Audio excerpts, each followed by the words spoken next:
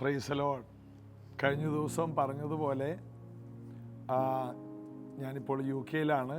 U കെയിലുള്ള price generation ചർച്ചിൻ്റെ മീറ്റിങ്ങിൽ പങ്കെടുക്കുന്നവരും അതുപോലെ Jesus everyday programme കാണുന്നവർക്കും നേരിട്ടൊന്ന് വന്ന് പ്രാർത്ഥിക്കാൻ ഞാൻ ഈ ദേശത്ത് ചില ദിവസങ്ങളുണ്ടല്ലോ. അതുകൊണ്ട് അതിൻ്റെ പോസ്റ്ററുകൾ ഈ മീറ്റിങ്ങിലെല്ലാം കൊടുക്കുന്നത് കൊണ്ട് നിങ്ങൾക്ക് ആ സ്ഥലങ്ങളിൽ വരാനും നേരിട്ട് കാണാനും പ്രാർത്ഥിക്കാനൊക്കെ അവസരമുണ്ട്. യേശു കർത്താവിൻ്റെ വലിയ പ്രവർത്തികൾ യു കെയിൽ ദൈവം ചെയ്യും. വലിയ കാര്യങ്ങൾ നടക്കും. നമുക്കത് വിശ്വസിക്കാം. ഈ രാജ്യത്തിൻ്റെ വലിയ ഉണർവ് എല്ലാ മേഖലകളിലും ഉണ്ടാകട്ടെ എന്ന് ഞാൻ ആഗ്രഹിക്കുന്നു, പ്രാർത്ഥിക്കുന്നു. ഇതൊരു വലിയ ദൈവപ്രവൃത്തിയായി തീരട്ടെ. സഭകൾക്ക് വലിയ ഉണർവുണ്ടാകട്ടെ. നമുക്ക് ദൈവം തന്ന ഈ ജൂൺ മാസത്തിൽ എത്രത്തോളം കർത്താവിനെ കടന്നൊന്ന് വിശ്വസിക്കാമോ? അതാണ് കഴിഞ്ഞ ദിവസം നമ്മൾ ചിന്തിച്ചത്. കടന്ന് കർത്താവിനെ വിശ്വസിക്കുക. അത് എല്ലാവർക്കും കഴിയുന്ന കാര്യമല്ല. കടുകുമണിയോളം നിങ്ങൾക്ക് വിശ്വാസമുണ്ടെങ്കിൽ എന്ന് യേശു പറഞ്ഞു, ഈ മലയോട് നിങ്ങൾക്ക് പറയാം. അത് തികഞ്ഞ വിശ്വാസമാണ്. കടുകുമണിയുടെ പ്രത്യേകത, അതെടുത്ത് എവിടെയെങ്കിലും ഇട്ട് കഴിഞ്ഞാൽ അത് വളരും. അതിന് വലിയ വളർച്ചയുണ്ടാകും. വളരുന്ന വിശ്വാസം. 2, ജീവനുള്ള വിശ്വാസം. 3, തീർന്നു പോകാത്ത വിശ്വാസം. 4, ചെറിയ സ്ഥലം മതി, എന്നാൽ വലിയ കാര്യങ്ങൾ ചെയ്യും. ഇതൊക്കെയാണ് കടുകുമണിയിൽ നിന്ന് നമുക്ക് മനസ്സിലാവുന്ന കാര്യങ്ങൾ. ഇതുപോലെ നമ്മിൽ ഒരു ചെറിയ തുടക്കം മതി, അത് ആർത്തു വളരാൻ അധികം നേരം വേണ്ട. അതിനെ മലയെപ്പോലും മാറ്റാൻ കഴിയും. ഒരു ചെറിയ തുടക്കം, ഒരു ചെറിയ ആരംഭം, അത് വലിയ മഹത്വത്തിലേക്ക് കർത്താവ് കൊണ്ടുവരും. അതാണ് ചെറിയ കടുകുമണി എന്ന് യേശു പറഞ്ഞത്. വിശ്വസിക്കാം. കർത്താവിൻ്റെ വിളിയുള്ളവർക്ക് കർത്താവിനെ ആരാധിക്കാൻ പറ്റും, കർത്താവിൽ സന്തോഷിക്കാൻ പറ്റും, ഒരുമിച്ച് പാടാൻ കഴിയും. പ്രൈസ് ജനറേഷൻ്റെ പാട്ടുകൾ മിക്കവാറും പരിഭാഷപ്പെടുത്തിയ പാട്ടുകൾ ഒത്തിരിയുണ്ട്. ഇംഗ്ലീഷിൽ നിന്നും തമിഴിൽ നിന്നും ഹിന്ദിയിൽ നിന്നൊക്കെ ഞങ്ങൾ പരിഭാഷപ്പെടുത്തി. അതായത് എല്ലാ ഭാഷകളുടെയും ഏറ്റവും നല്ല പാട്ടുകൾ, യേശുവിന് ഏറ്റവും മഹത്വം കിട്ടുന്ന പാട്ടുകൾ സെലക്ട് ചെയ്തെടുത്തു. എന്നിട്ട് പാടാൻ തുടങ്ങി. ആദ്യം കൂട്ടായ്മയിലുള്ളവർക്ക് പോലും പാടാൻ താല്പര്യമില്ലായിരുന്നു. എന്നാൽ ഈ പാട്ട് പാടാൻ തുടങ്ങിയപ്പോൾ അനേകർക്ക് അതൊരു വിടുതലായി മാറി. ഇതുപോലെ ഇവിടെ പാടുന്ന ഓരോ പാട്ടുകളും നമ്മെ തൊടുന്നതും നമ്മുടെ ജീവിതത്തിൽ യേശുവിലേക്ക് കൂടുതൽ നമ്മെ വലിച്ചടിപ്പിക്കുന്നതുമായ പാട്ടുകളാണ്. നമ്മുടെ വിശ്വാസത്തെ ഉറപ്പിക്കും. നമുക്ക് പ്രൈസ് ജനറേഷൻ വർഷിപ്പ് ടീമിനോട് ചേർന്ന് യേശുവിനെ ആരാധിക്കാം.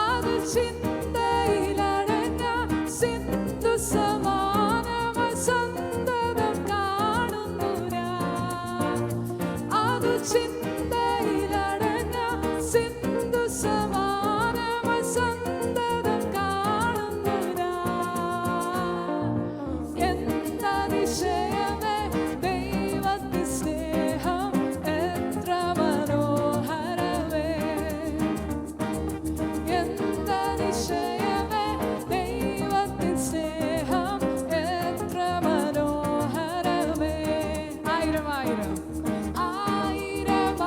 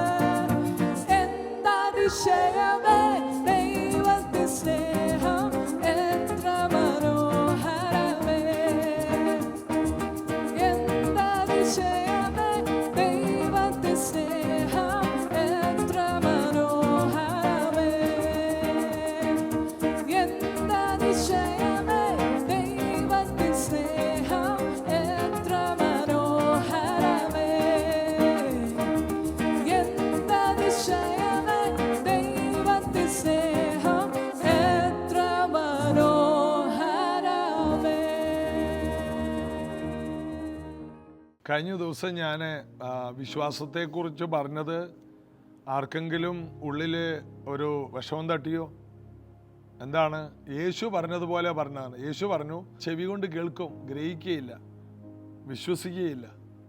ഈ ജനത്തിൻ്റെ ഹൃദയം തടിച്ചിരിക്കുന്നു. നിങ്ങൾ കണ്ണുകൊണ്ട് കാണുകയോ ചെവി കൊണ്ട് കേൾക്കുകയോ ഗ്രഹിക്കുകയോ ചെയ്യാതിരുന്നിട്ട് ഞാൻ നിങ്ങളെ സൗഖ്യമാക്കാതെ ഇരിക്കേണ്ടതിന് തന്നെയെന്ന്. അതായത് ഇത് ഗ്രഹിക്കുന്നവർക്ക് ഇത് സൗഖ്യമാണ്, വിടുതലാണ്. യേശുവിനെ കൈക്കൊള്ളുന്നവർക്ക് ഇത് അനുഗ്രഹമാണ്. യോഹന്നാന്റെ സുവിശേഷം 1:12 വായിച്ചപ്പോഴാണ് നമ്മളത് പറഞ്ഞത്. യേശുവിനെ കൈക്കൊണ്ട് അവൻ്റെ നാമത്തിൽ വിശ്വസിച്ച ഏവർക്കും ദൈവമക്കളാകാൻ അവൻ അധികാരം കൊടുത്തു. ഒരു ദൈവ പൈതലിന് വലിയ അധികാരമുണ്ട്. ആ അധികാരത്തിലേക്കാണ് വരുന്നത്. മരിച്ചവരെ ഉയർപ്പിക്കാം. സിംഹത്തിന് ജനിക്കുന്നതെല്ലാം സിംഹക്കുട്ടിയല്ലേ? പൂച്ചയ്ക്ക് ഇന്ന് വരെ എലിക്കുട്ടി ജനിച്ചിട്ടില്ലല്ലോ. അതുകൊണ്ട് ദൈവത്തിൽ നിന്ന് ജനിക്കുന്നവരൊക്കെ ലോകത്തെ ജയിക്കും. ലോകത്തെ ജയിക്കുക എന്ന് പറഞ്ഞാൽ മരണത്തെ ജയിക്കണം, രോഗത്തെ ജയിക്കണം, സാമ്പത്തിക പരാധീനതകളെ എല്ലാം ജയിക്കണം, നിരാശയെ ജയിക്കണം. ഈ ഭൂമിയിലുള്ള മനുഷ്യർ എന്തിലെല്ലാം തകർന്നു കിടക്കുന്നു അതിലെല്ലാം നമ്മൾ ജയിക്കണം. കഴുകനെ പോലെ ചിറകടിച്ച് മുകളിൽ കയറണം. മഴ സമയത്ത് കഴുകൻ കാർമേഘത്തിൻ്റെ മുകളിലാണ് സഞ്ചരിക്കുന്നത്. അതുകൊണ്ട് കഴുകന് മാത്രം എന്തില്ല? മഴയില്ല. മഴക്കാറ് കാണുമ്പോൾ ഉടനെ കുത്തനെ പറന്ന് മഴ മേഘങ്ങൾക്ക് മുകളിൽ ചെല്ലും. ഇടിയും മഴയും എല്ലാം കഴിഞ്ഞിട്ട് പുള്ളി പതുക്കെ വരും. താഴെ എല്ലാം വിറങ്ങലിച്ചിരിപ്പുണ്ടാവും. എന്നു തീരും എൻ്റെ വാസ ഇന്നീ മണ്ണിൽ. ഈ പാട്ടൊക്കെ പാടി കുറേ കാക്കകളും പ്രാവുകളും കുയിലുകളൊക്കെ ഇരുന്ന് കരഞ്ഞു മൂങ്ങി എൻ്റെ കർത്താവേ വേഗം വരണേന്നൊക്കെ പറയുമ്പോൾ കഴുകൻ പറയാണ്, പറന്നിടുമേ ഞാൻ പറന്നിടുമേ. കഴുകൻ ഇതൊന്നും ഒരു വിഷയമല്ല. കഴുകന് ഇടിമന്നലും ഇല്ല, കഴുകന് മഴയുമില്ല, കഴുകൻ നനയൊന്നുമില്ല. അതിൻ്റെ മുകളിൽ കയറണം. പ്രതികൂലങ്ങൾക്ക് മുകളിൽ കയറ്റുന്നത് നമ്മുടെ വിശ്വാസമാണ്. ദൈവത്തിൽ നിന്ന് ജനിച്ചവർ ലോകത്തെ ജയിക്കുന്നു. ലോകത്തെ ജയിച്ച ജയമോ നമ്മുടെ വിശ്വാസം. ഏത് വിശ്വാസം? യേശു ക്രിസ്തുവിലുള്ള വിശ്വാസം. എല്ലാ വിശ്വാസവും അല്ല. ഡാർവിനിസത്തിലുള്ള വിശ്വാസമല്ല, സയൻസിലുള്ള വിശ്വാസമല്ല,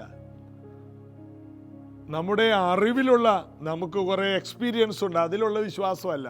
അതൊക്കെ കോൺഫിഡൻസ് എന്ന് പറയും. വണ്ടി ഓടിക്കാനുള്ള കഴിവ്, അതൊന്നും ഫെയ്ത്ത് അല്ല, കോൺഫിഡൻസ്. അത് എനിക്ക് എന്തൊക്കെയോ അറിയാം, എനിക്ക് ഭയങ്കര എക്സ്പീരിയൻസ് ആണ്. എനിക്കൊത്തിരി വീട്ടിലൊക്കെ നാട്ടിലും ബന്ധത്തിലൊക്കെ ആൾക്കാരോടൊക്കെ ഇടപെടി എനിക്ക് ഭയങ്കര ബന്ധങ്ങൾ അറിവുണ്ട്. ഇതൊന്നുമല്ല വിശ്വാസം. വിശ്വാസം എന്ന് പറയുന്നത് ഒരുവൻ വചനം കേട്ട് യേശുവിനെ മനസ്സിലാക്കി, അവൻ പാപിയാണെന്ന് മനസ്സിലാക്കി, പാപബോധത്തോടെ യേശുവിനോട് കുറ്റങ്ങൾ ഏറ്റുപറഞ്ഞ് യേശുവിനെ ജീവിതത്തിലേക്ക് സ്വീകരിച്ച് യേശുവിൽ ജീവിക്കുന്നതിൻ്റെ പേരാണ് വിശ്വാസം. അവനെ കൈക്കൊണ്ട് അവൻ്റെ നാമത്തിൽ വിശ്വസിക്കുന്നവർ ദൈവമക്കളാകാൻ അവൻ അധികാരം കൊടുത്തു. അവർ രക്തത്തിൽ നിന്നല്ല, ജഡത്തിൻ്റെ ഇഷ്ടത്താലുമല്ല, പുരുഷന്റെ ഇഷ്ടത്താലുമല്ല, ദൈവത്തിൽ നിന്നത്രേ ജനിച്ചത്. അപ്പൊ വീണ്ടും ജനിച്ച വ്യക്തികളെ ജഡരക്തങ്ങൾ തടയും, വീട്ടുകാർ തടയും, മാതാപിതാക്കൾ തടയും. അവിടെ നിൽക്കുന്നതല്ല വീണ്ടും ജനിച്ചവർ. വീണ്ടും ജനിച്ചവർ അവർക്ക് ആരാധന നിർത്താൻ കഴിയില്ല, അവർക്ക് പ്രാർത്ഥന നിർത്താൻ കഴിയില്ല. അവർ പുരുഷന്റെ ഇഷ്ടത്താലല്ല, ജഡരക്തത്താലുമല്ല, ദൈവത്തിൽ നിന്ന് ജനിച്ചവരാണ്. കഴുകനിൽ നിന്ന് ജനിച്ച ഒരു കഴുകൻ കുഞ്ഞിനെ പറക്കൽ പ്രത്യേകിച്ച് പഠിപ്പിക്കേണ്ട, അവർ പറന്നിരിക്കും. മീൻ കുഞ്ഞിനെ ആരും നീന്താൻ പഠിപ്പിക്കാറില്ല. ജനിച്ചതേ വെള്ളത്തിൽ, അവൻ നീന്തിക്കോളും. ദൈവത്തിൽ നിന്ന് ജനിച്ചവരൊക്കെയും ഏത് സാഹചര്യത്തെ നീന്തി കടക്കും, കുതിച്ചുയരും. നമുക്കറിയാം. ഈ പ്രകൃതിയിൽ നിന്ന് ഒത്തിരി കാര്യങ്ങൾ ഉപമകളായിട്ട് നമുക്ക് പഠിക്കാനില്ലേ? അതുകൊണ്ട് ദൈവത്തിൽ നിന്ന് ജനിച്ച ഒരാൾ പറയണ, പാസ്റ്ററെ ഞാൻ രക്ഷിക്കപ്പെട്ടതാണ്, എൻ്റെ മോളും ഞാനും രക്ഷിക്കപ്പെട്ടതാണ്, എന്നാൽ ഭർത്താവ് എതിരാ, എൻ്റെ ഭർത്താവിൻ്റെ വീട്ടുകാരെതിരാ, ചിലവർ എൻ്റെ ഭാര്യ എതിരാ, എൻ്റെ മക്കളെതിരാ. ആരെതിർത്താലും നീ വീണ്ടും ജനിച്ചതാണ്, നിനക്ക് ഈ ആരാധന നിർത്താൻ കഴിയില്ല, നിനക്ക് പ്രാർത്ഥന നിർത്താൻ കഴിയില്ല. ഇന്ന് കഴിഞ്ഞ ദിവസം 8 മണിക്കൂർ പ്രാർത്ഥനയിൽ ഒരു 7ാം ക്ലാസ്സിലെ മോനോട് ഞാൻ ചോദിച്ചു. അപ്പം അവനോടൊരു പ്രവാചകൻ പറഞ്ഞു, നീ സ്കൂൾ വിദ്യാഭ്യാസം പൂർത്തിയാക്കുന്നതിന് മുമ്പേ സുവിശേഷ വിലക്കിറങ്ങും, നിന്നെ അതുപോലെ ദൈവം ഭയങ്കര തിരക്കുള്ളവനാക്കും, ഇന്ത്യയുടെ പ്രവാചകനാകും. അതൊക്കെ പറഞ്ഞപ്പോൾ ഞാൻ അവനെ ഒന്ന് ഇൻ്റർവ്യൂ നടത്തി. അഥവാ നിന്റെ വീട്ടുകാർ സമ്മതിച്ചില്ലെങ്കിൽ അവൻ്റെ അമ്മ അവിടെ ഇരിപ്പുണ്ടായിരുന്നു. നിന്റെ അമ്മയും അപ്പനും ഒക്കെ എതിർത്തു, വീട്ടിൽ അടച്ചിട്ടു, നീ എങ്ങും ഈ സുവിശേഷ വിലക്കിറങ്ങാൻ പാടില്ല. അവനതിന് പെട്ടെന്നാണ് അവൻ്റെ മറുപടി. അവൻ പറഞ്ഞു, അതിനെന്താ, ആത്മാവിൽ ഞാൻ വരും. ആരും പറയാത്തൊരു മറുപടി. അടച്ചിട്ടാലും എന്നെ അടച്ചിടാൻ പറ്റില്ലല്ലോ, ഞാൻ ആത്മാവിൽ ഇവിടെ വരും, എന്നെ ആർക്കും പിടിച്ചു വെക്കാൻ കഴിയില്ല. ഇതൊരു ഭയങ്കര വെളിപ്പാടാണ്. എല്ലാവരും പറയും അടച്ചിട്ടാൽ ഞാൻ വീട്ടിൽ കിടക്കും. പൗലോസ് ഒരു വാക്ക് പറയുന്നുണ്ട്, ശരീരം കൊണ്ട് ഞാൻ ദൂരസ്ഥനെങ്കിൽ ആത്മാവിൽ ഞാൻ നിങ്ങളോട് കൂടെയുണ്ട്. അവൻ പണ്ട് ആത്മാവിൽ ചെന്നു എന്ന് യേശുവിനെ കുറിച്ച് വായിക്കുന്നു. തടവിലുള്ളവരോട് സംസാരിച്ചത്. ഫിലിപ്പോസ് ആത്മാവിൽ സഞ്ചരിച്ചു, അവൻ്റെ ശരീരവും കൂടെ പോയി. അപ്പോൾ സൂപ്പർ നാച്ചുറൽ നടക്കുമെന്ന് വിശ്വസിക്കുന്ന ഒരു തലമുറ എഴുന്നേറ്റ് വരികയാണ്. ഞാൻ ആത്മാവിൽ അവിടെ വരും, എന്നെ ആർക്ക് അടച്ചിടാൻ പറ്റും? ഇതെല്ലാം വലിയ മർമ്മങ്ങളാണ്. ഈ തലമുറ ദൈവത്തിൽ നിന്ന് വലിയ കൃപകൾ പ്രാപിക്കുകയാണ്. ഞാനായിരുന്നെങ്കിൽ ആ വാക്ക് പറയില്ല ആ പ്രായത്തിൽ. എന്നാൽ ഇന്നത്തെ വെളിപ്പാടുകൾ മാറി, കൂടുതൽ കാഴ്ചപ്പാടുകളുണ്ട്. ഞാൻ ആത്മാവിൽ വരും, എന്നെ ആർക്ക് അടച്ചിടാൻ പറ്റും? കാരണം യേശു കടച്ചിരുന്നപ്പോൾ അതിൻ്റെ നടുക്ക് നിങ്ങൾക്ക് സമാധാനം. യേശുവിനെ പോലെയാണ് ഇവരെ വിശ്വസിക്കുന്നത്, സൂപ്പർ നാച്ചുറലാണ്. അതുകൊണ്ട് പുരുഷന്റെ ഇഷ്ടത്താലല്ല, ജഡത്താലുമല്ല, മാതാപിതാക്കളുടെ പ്രോഗ്രാമിലല്ല ഞാൻ ജനിച്ചത്. ഞാൻ ജനിച്ചത് ദൈവത്തിൽ നിന്നാണ്. എന്നെ ആർക്ക് തടയാൻ പറ്റും? ഞാൻ യേശുവിനെ സ്വീകരിച്ചതാണ് പാസ്റ്റേ. ചിലർ വന്ന് പറയും, പാസ്റ്റേ ഞാൻ 25 കൊല്ലം മുമ്പ് യേശുവിനെ സ്വീകരിച്ചതാണ്, എന്നാൽ എൻ്റെ ഭർത്താവ് വിട്ടില്ല, എൻ്റെ ഭാര്യ വിട്ടില്ല, എൻ്റെ പിള്ളേര് വിട്ടില്ല, എൻ്റെ അമ്മായിയമ്മ കണ്ണുരുട്ടി കാണിച്ചു. എൻ്റെ പൊന്നെ, സിംഹത്തിൽ നിന്ന് ജനിച്ചത് സിംഹമായിട്ടേ വളരൂ. സിംഹത്തിൽ നിന്ന് ജനിക്കുകയും ചെയ്തു, എന്നിട്ട് കോഴിക്കുഞ്ഞായിട്ടിരിക്കുന്നു. ഇതെവിടുത്തെ കഥയാ? ഇല്ല, മനസ്സിലാകുന്നില്ലല്ലോ. നീ ദൈവത്തിൽ നിന്ന് ജനിച്ചതാണോ?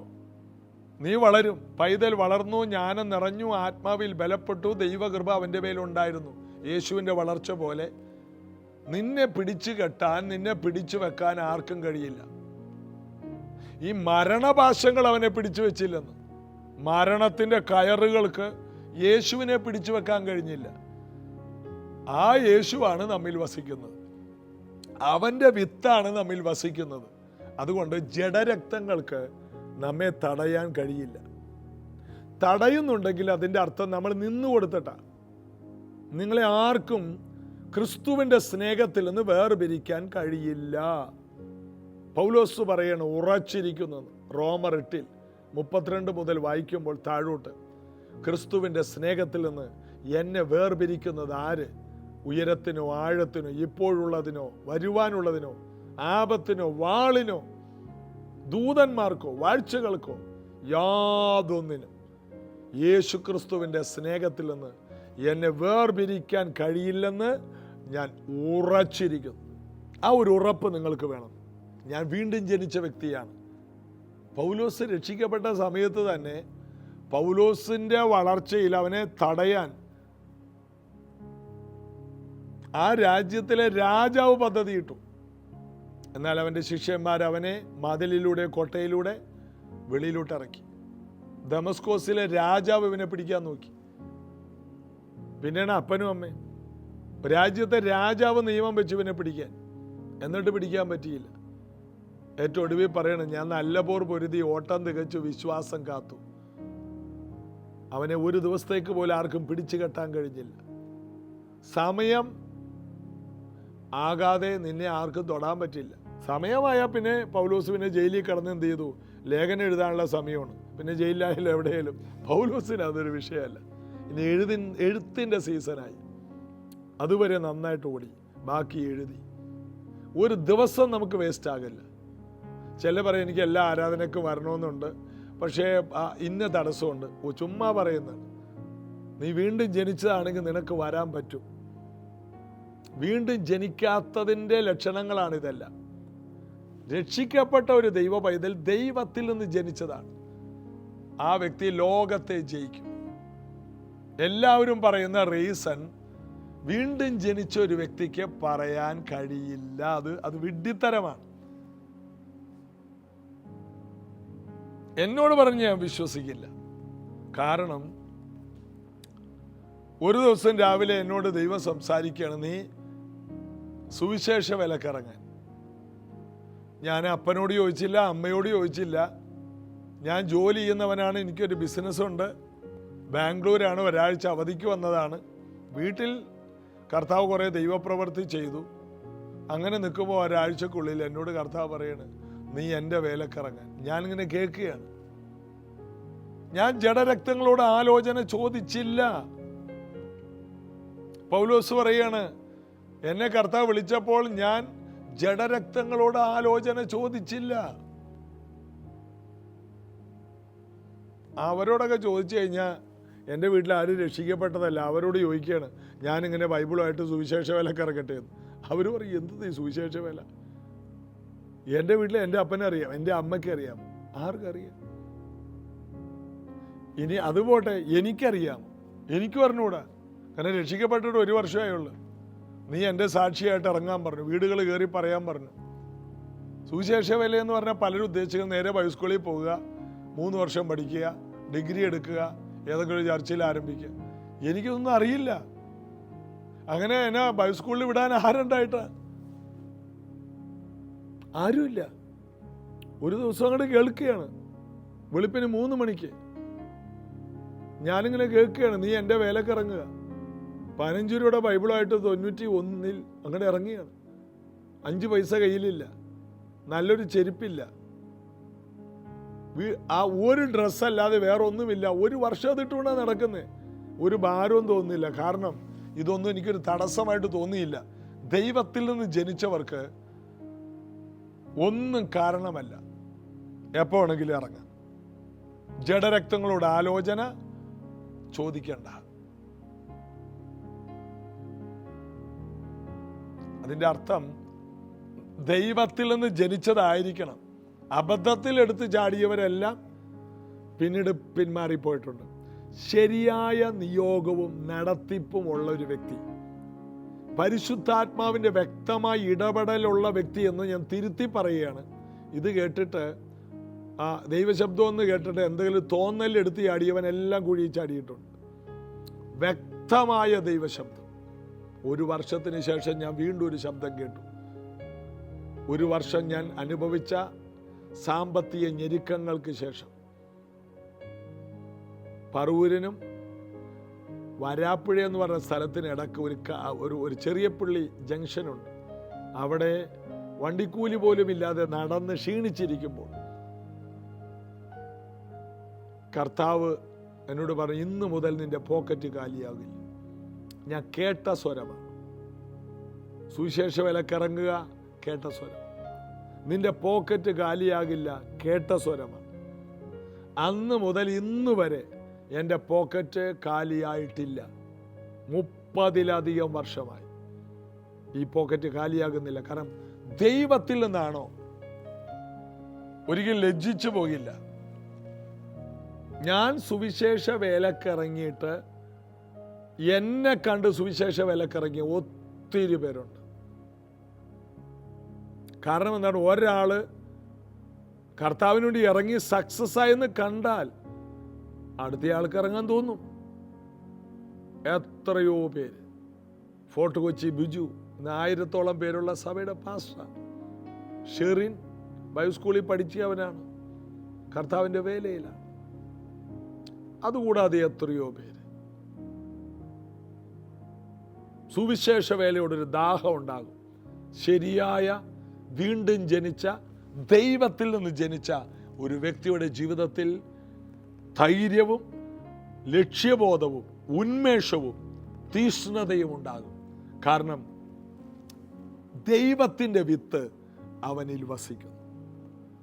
യേശുവിൻ്റെ തീഷ്ണത, യേശുവിൻ്റെ ഹാർഡ് വർക്ക് മെൻറ്റാലിറ്റി, യേശുവിൻ്റെ കണ്ണുനീര്, ഇതെല്ലാം ഈ വിത്തിൽ നിക്ഷിപ്തമാണ്. ദൈവത്തിൽ നിന്ന് ജനിച്ചവരിൽ വസിക്കുന്നത് ദൈവപുത്രനായ ക്രിസ്തുവിൻ്റെ വിത്താണ്. അബ്രഹാമിൻ്റെയോ ഇസഹാക്കിൻ്റെയോ യാക്കോബിൻ്റെയോ മോശയുടെയോ അല്ല, ക്രിസ്തുവിൻ്റെ വിത്താണ്. ആ വിത്തിനകത്ത് ആ വ്യക്തിയുടെ അഭിവൃദ്ധി മുഴുവൻ കിടപ്പുണ്ട്. അങ്ങനെ വ്യക്തമായ നിയോഗമുള്ളവരെ ഇറങ്ങാവൂ, അല്ലാത്തവരെ ഇറങ്ങിയിട്ട് ഒരു കാര്യമില്ല.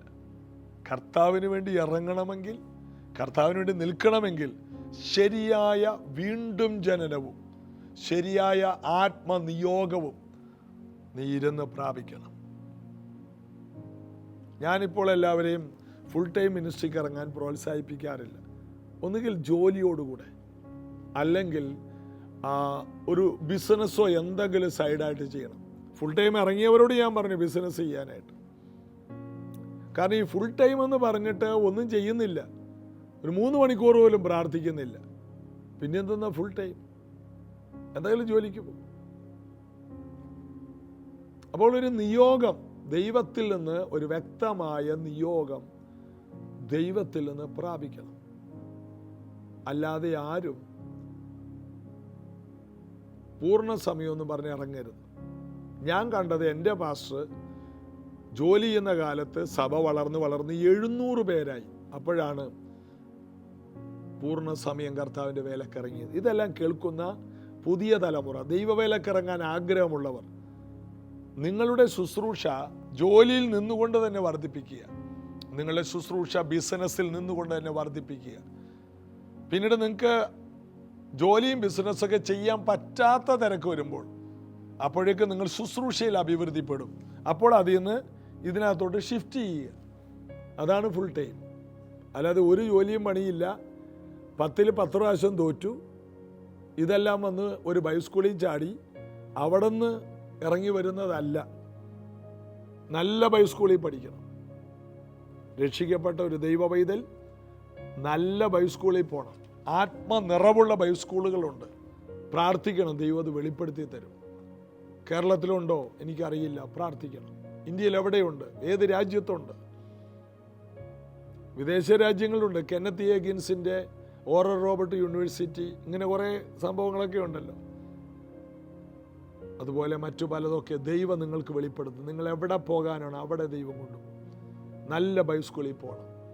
അല്ലെങ്കിൽ തക്ക സമയത്ത് ഉയർത്തുന്നവൻ്റെ കൈ കീഴിയിരിക്കണം.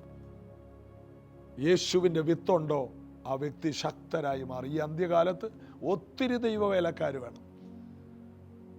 അവർ ജോലിയും ബിസിനസ്സും ഒക്കെ ചെയ്ത് ഒരു കുടുംബ നായകന് ഈ ശുശ്രൂഷ ചെയ്യാം, വീട്ടമ്മയ്ക്ക് ചെയ്യാം. ദെബോരമാർ എഴുന്നേറ്റ് വരട്ടെ യേശുവിൻ്റെ നാമത്തിൽ. ഇത് പറഞ്ഞുകൊണ്ടിരിക്കുമ്പോൾ തന്നെ ഈ മക്കളുടെ മേൽ വലിയ ദൈവപ്രവൃത്തി ഉണ്ടാകട്ടെ. യേശുവിൻ്റെ വിത്ത് വസിക്കുന്ന ഇവർ അത്ഭുതങ്ങളായി മാറട്ടെ, പക്വതയുള്ളവരായി മാറട്ടെ. ആർക്കും പിടിച്ചു കെട്ടാൻ കഴിയാത്ത അതിവേഗത്തിൽ സഞ്ചരിക്കുന്ന മനോഹര തുരകങ്ങളാകട്ടെ. അനുഗ്രഹിക്കും. കഴുകന്മാരെ പോലെ കുതിച്ചുയരട്ടെ. ഏത് തടസ്സങ്ങളെ ഭേദിച്ചുയരാനുള്ള ശേഷി ഇവർക്കുണ്ടാകട്ടെ. യേശുവിൻ നാമത്തിൽ പിതാവേ, ആമേൻ. കർത്താവിൻ്റെ കൃപ നമ്മോടുകൂടെയുണ്ട്. നാളെ ഇതേ സമയത്ത് കാണാം. God bless you.